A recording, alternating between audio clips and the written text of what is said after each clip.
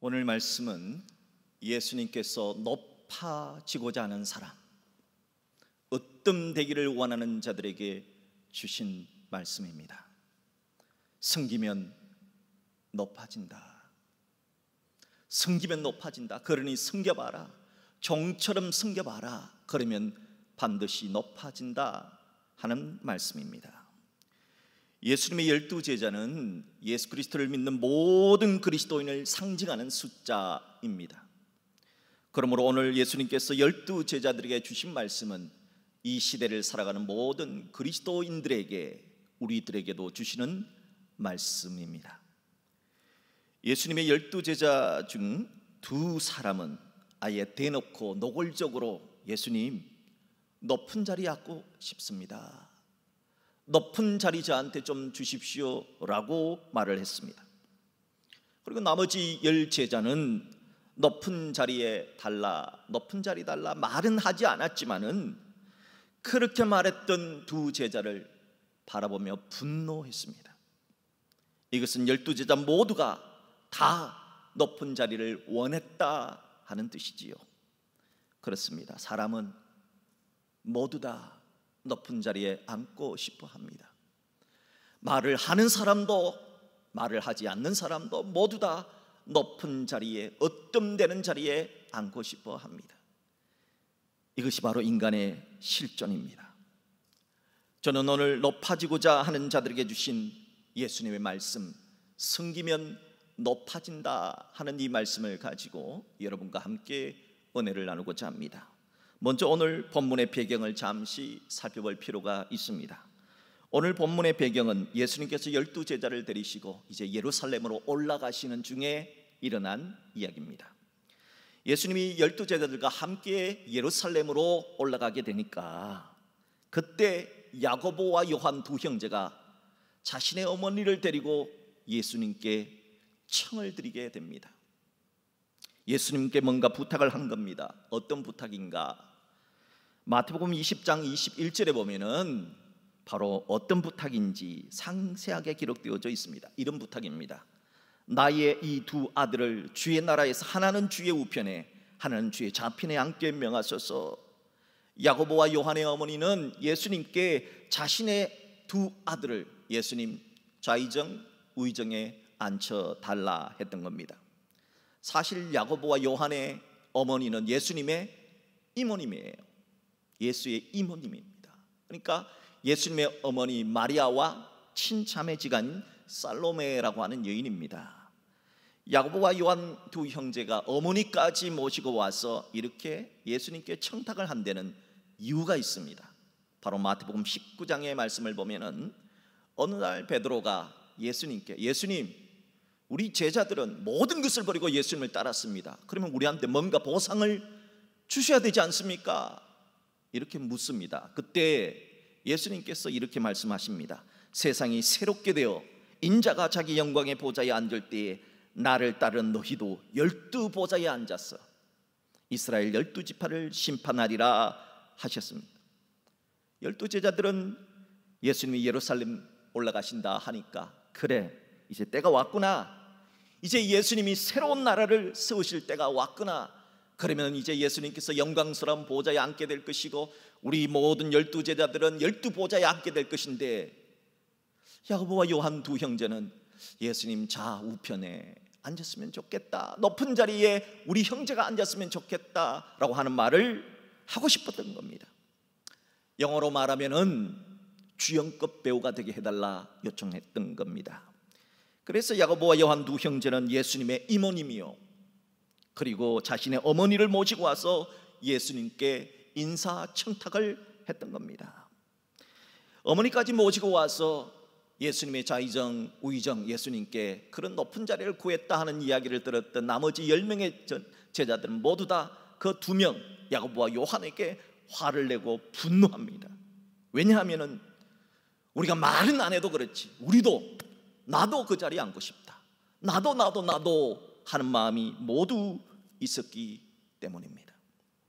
어느 유명 배우가 은퇴를 하고 초등학교에 가서 재능 기부를 한다고 연극을 가르쳤습니다. 유명한 배우니까 유명한 배우가 왔다고 하니까 어머니들도 아이들도 좋아서 많은 아이들이 연극을 배우게 되었습니다. 그런데 이제 열심히 연극을 배우고 실제로 연극을 하려고 작품을 만들어서 다 이제 우리 이 작품을 합시다 했는데 문제가 생긴 겁니다.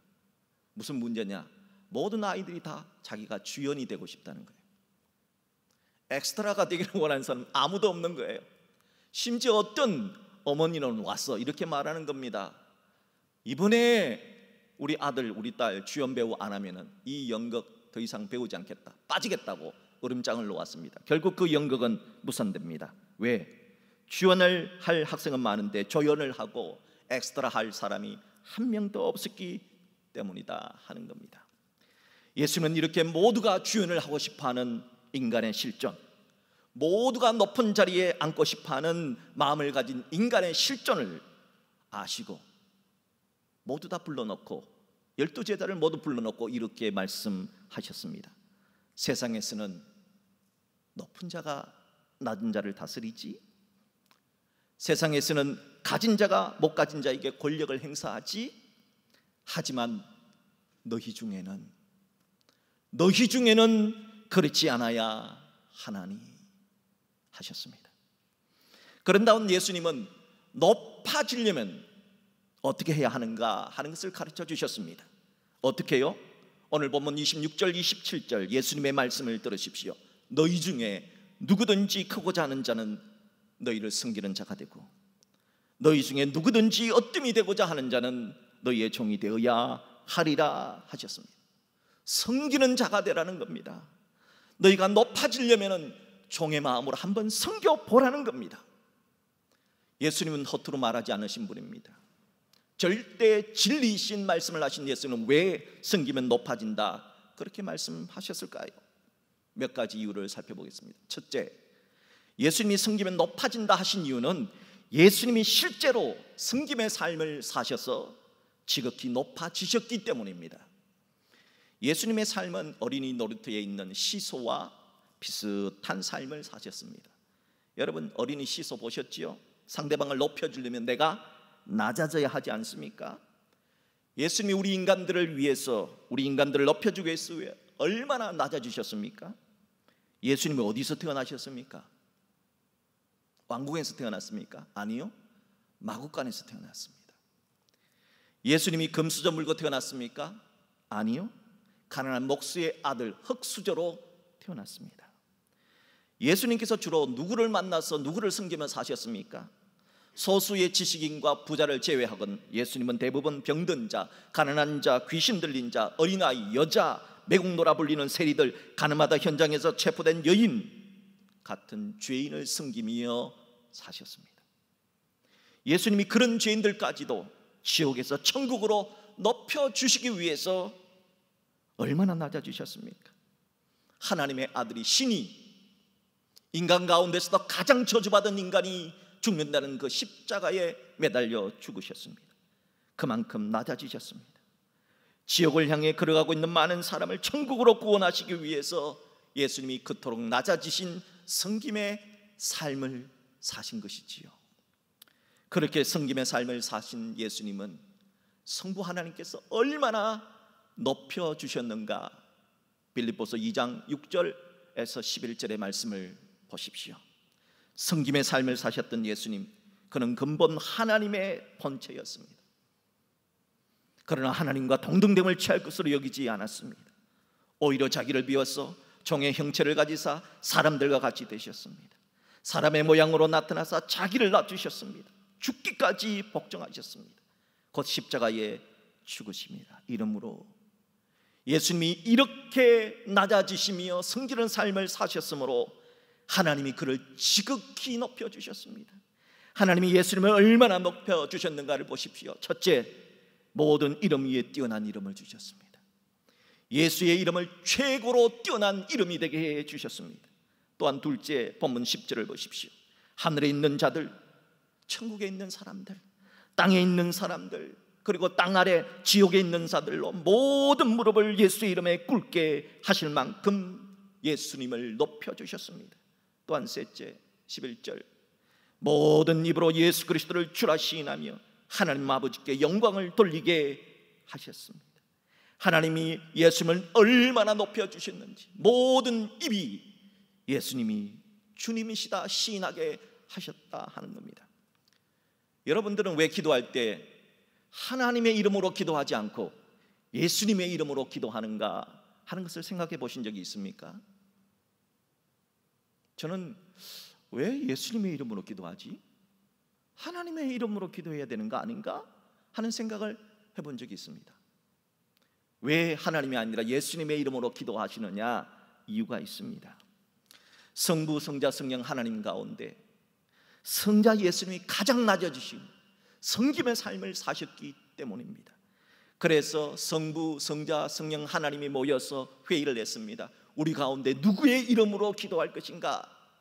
가장 낮아지시고 가장 고생 많이 하신 가장 성김의 삶을 사셨던 예수 그리스도의 이름으로 기도해야 한다 하고 성부, 성자, 성령 하나님이 만장일치로 가결하신 것입니다. 그래서 예수님의 이름으로 기도하는 겁니다. 이렇게 예수님이 실제로 말만 하신 것이 아니라 성김의 삶을 사셔서 가장 높은 자리에 오르셨기에 그러니 너희들도 성기면 높아질 수 있다 이렇게 말씀하신 것입니다.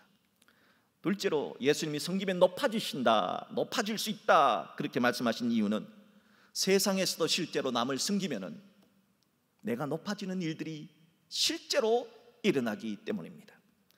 언젠가 세상에 이런 일이라고 하는 TV 프로그램을 본 적이 있습니다.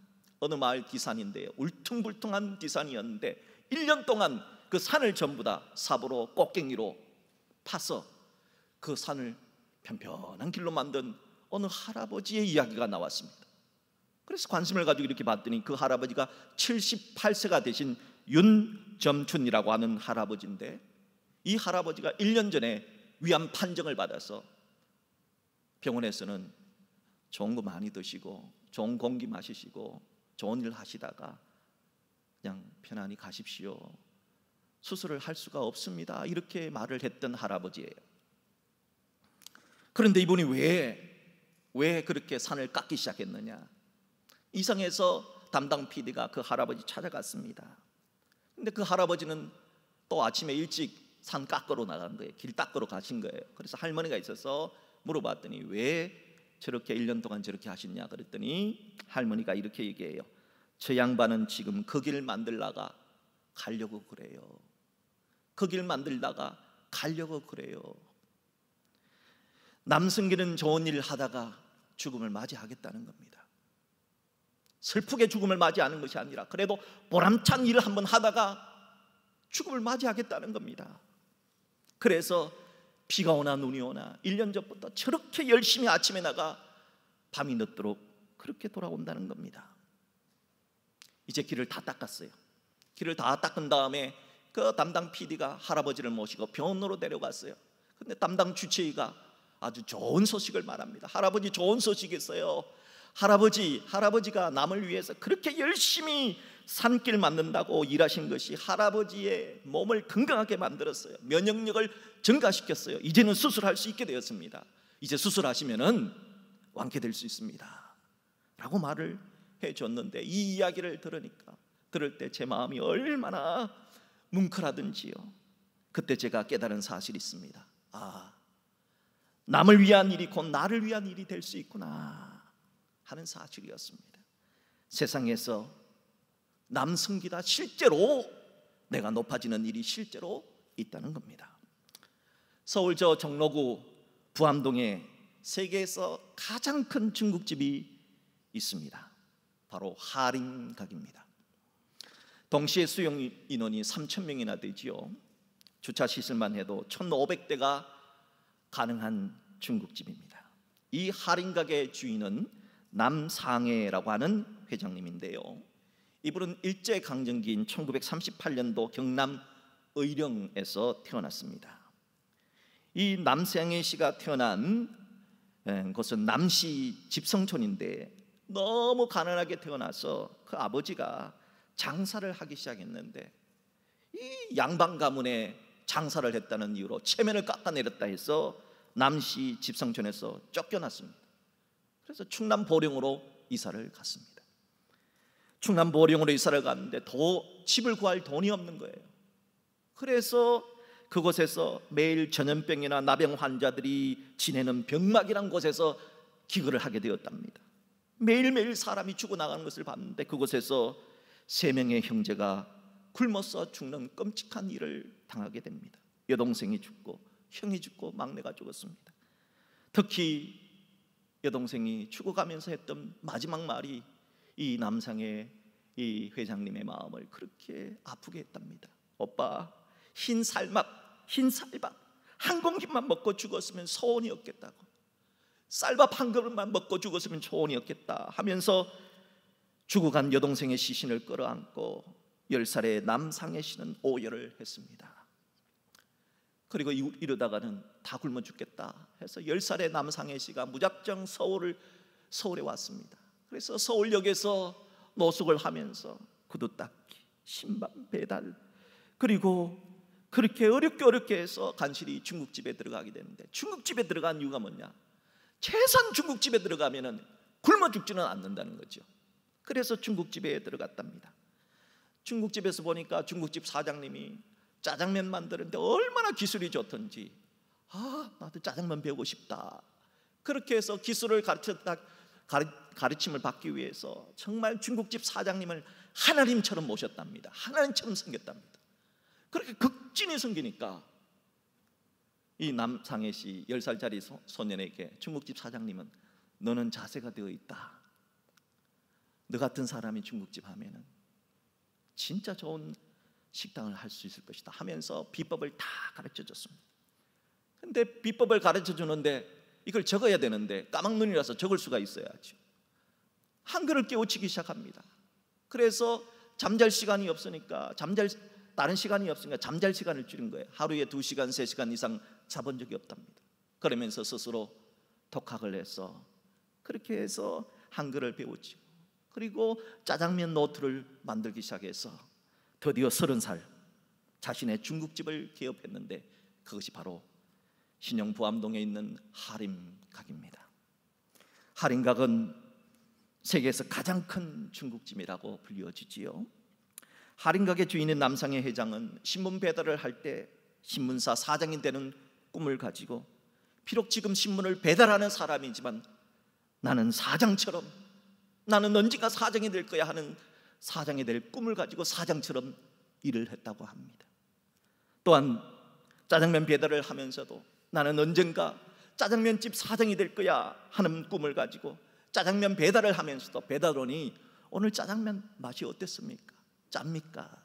답니까? 이걸 물어보면서 사장처럼 묻고 다니고 했다는 겁니다. 이렇게 짜장면 배달을 하면서도 사장처럼 일을 했더니 오늘날 지금의 자신이 되었다고 고백을 합니다. 여러분, 지금도 세상에서는 남 섬기면은 높아지는 일이 실제로 있다는 겁니다. 그래서 예수님이 남 섬기면 높아질 수 있다, 그렇게 말을 했던 겁니다. 사랑하는 성도 여러분, 남을 섬김으로 여러분이 높아지는 역사가 여러분에게도 일어날 수 있기를 주님의 이름으로 축복합니다. 그러면 섬기면 높아진다는데 어떻게 섬겨야 되느냐? 이게 우리의 문제지요. 어떻게 섬겨야 되느냐? 예수님처럼 섬기면 됩니다. 그럼 예수님처럼 섬긴다는 게 또 뭐예요? 예수님처럼 섬긴다는 것은 자발적인 사랑으로 섬기는 겁니다. 섬김은 분주히 먼지를 일으키고 다닌다라는 말에서 나온 단어입니다. 다른 사람 섬긴다고 열심히 쫓아다니다 보니까 먼지가 일어난다 하는 것에서 섬김이란 단어가 나온 거예요. 우리가 섬기는 데 있어서도 3가지 섬김이 있습니다. 첫 번째 섬김은 두려움 때문에 섬기는 겁니다. 협박, 공갈로 사람을 섬기게 하는 겁니다. 벌 받을 거야, 안 섬기면 벌 받을 거야 해서 섬기는 것, 그것은 하나님의 방법이 아닙니다. 그것은 압박이나 공갈로 사람들에게 두려움을 줘서 섬기게 하는 것은 사탄의 방법입니다. 이걸로는 높아질 수가 없습니다. 둘째는 의무감 때문에 섬기는 것이 있습니다. 의무감은 두려움보다는 훨씬 좋은 섬김입니다. 하지만 예수님의 방법이 아닙니다. 이런 유머가 있어요. 30살 된 어떤 남자가, 아들이 주일날 아침에 이불을 뒤집어 쓰고 어머니에게, 60된 어머니에게 이렇게 말합니다. 오늘 정말 교회 가기 싫어요. 그냥 좀 더 자고 싶어요. 그냥 자기 좀 내버려두면 안 됩니까? 그렇게 얘기를 했더니 어머니가 한숨을 훅 내쉬면서 얘야 네가 그 교회 담임 목사인데 네가 안 나가면은 누가 예배를 드리니? 이렇게 얘기를 하더랍니다. 웃자고 하는 얘기지만 의무감이라고 하는 동기는, 의무감으로 다른 사람을 섬기는 이 동기는 예수님이 섬기라 하신 그 섬김이 아니라는 겁니다.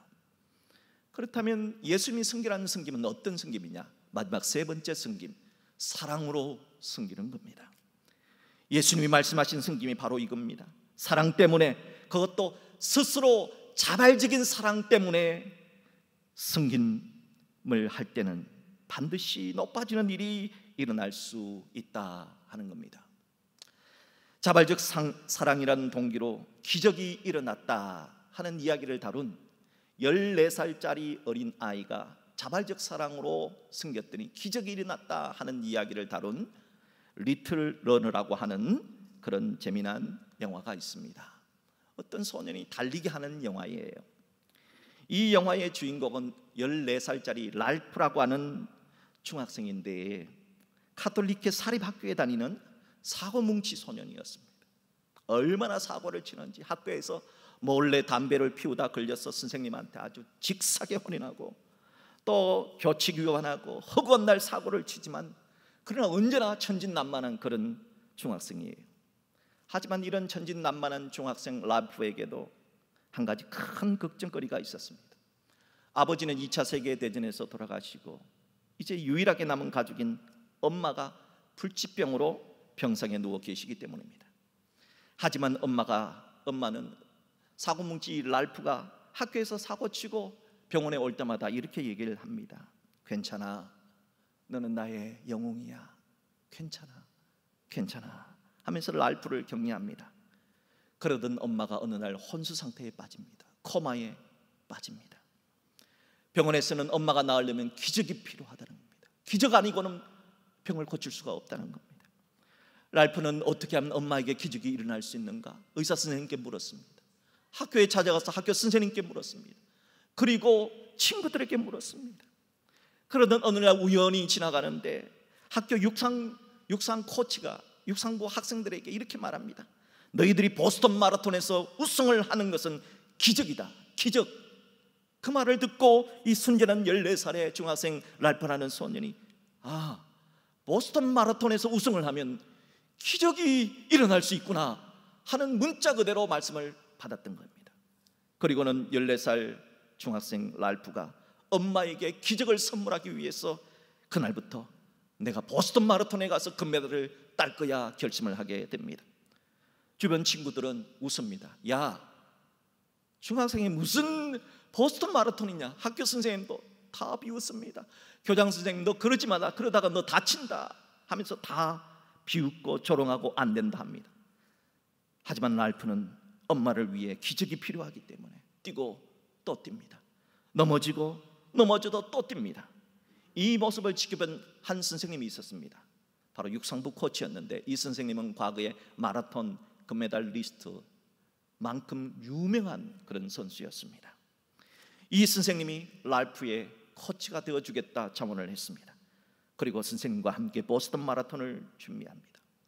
마라톤을 준비하는 중에 이 청소년 중학생 랄프 집 유일한 재산이었던 집마저 의도치 않게 불이 나서 다 홀라당 타버립니다. 랄프는 그런 고난 속에서도 나는 보스턴 마라톤에서 우승하는 것이 내 인생의 목적이다 생각하며 열심히 달렸습니다. 그렇게 해서 지역 대회를 거쳐서 드디어 보스턴 마라톤에 출전하게 됩니다. 그 누구도 14살 중학생이 보스턴 마라톤에서 이렇게 잘 달릴 것이라고는 상상을 못했습니다. 14살 중학생 랄프는 마라톤 챔피언과 나란히 2위로 골인하여 은메달을 받았습니다. 하지만 랄프의 목적은 오직 1등, 금메달을 받아야 엄마가 기적이 일어난다고 생각했기 때문에 실망을 합니다. 그리고 은메달을 쥐고는 엄마에게 찾아가서 코마 상태에 빠진 엄마에게 은메달을 쥐어주면서 엄마 미안해, 엄마 미안해. 1등 못해서 미안해. 내가 엄마에게 기적을 선물하고 싶었는데 미안해 라고 말합니다. 하지만 영화에 반전이 일어납니다. 미친 짓이라고 말했던 친구들이 랄프를 위해서 기립박수를 보냅니다. 그토록 마라톤을 반대했던 교장 선생님이 또한 축복을 해줍니다. 그리고 마침내 코마 상태에 빠졌던 엄마가 깨어납니다. 기적이 일어난 것입니다. 엄마를 위한 아들의 이 자발적 사랑이 진짜 기적을 선물했던 것입니다. 사랑하는 성도 여러분, 엄마를 향한 자발적 사랑으로 기적을 선물한 14살 어린 소년 랄프처럼 자발적인 사랑으로 섬기면 높아진다. 기적이 일어날 수 있다. 너에게도 치유가 일어날 수 있다 하는 것이 오늘 예수님의 말씀입니다. 왜냐하면 자발적 사랑으로 섬기는 섬김이 바로 예수님이 섬기는 그 섬김과 가장 닮은 섬기이기 때문입니다. 그래서 요한 1서 4장 8절은 이렇게 말합니다. 성부, 성자, 성령 하나님은 사랑이십니다. 하나님은 사랑이라 했습니다. 그런 이유에서 하나님을 닮은 섬김, 자발적 사랑으로 섬기면 우리에게 치유가 일어납니다. 우리에게 기적이 일어납니다. 우리가 높아지는 결과가 생긴다 하는 것입니다. 저는 오늘 말씀을 맺으면서 사람의 말 중에 참 위로가 되고 참 치유가 되는 말을 여러분과 함께 나누면서 말씀을 마치고자 합니다. 바로 괜찮아, 그럴 수도 있지라고 하는 말입니다. 누가 여러분에게 실수했을 때 실수한 그 사람에게 꼭 이렇게 한번 말해줘 보세요. 괜찮아, 그럴 수도 있지.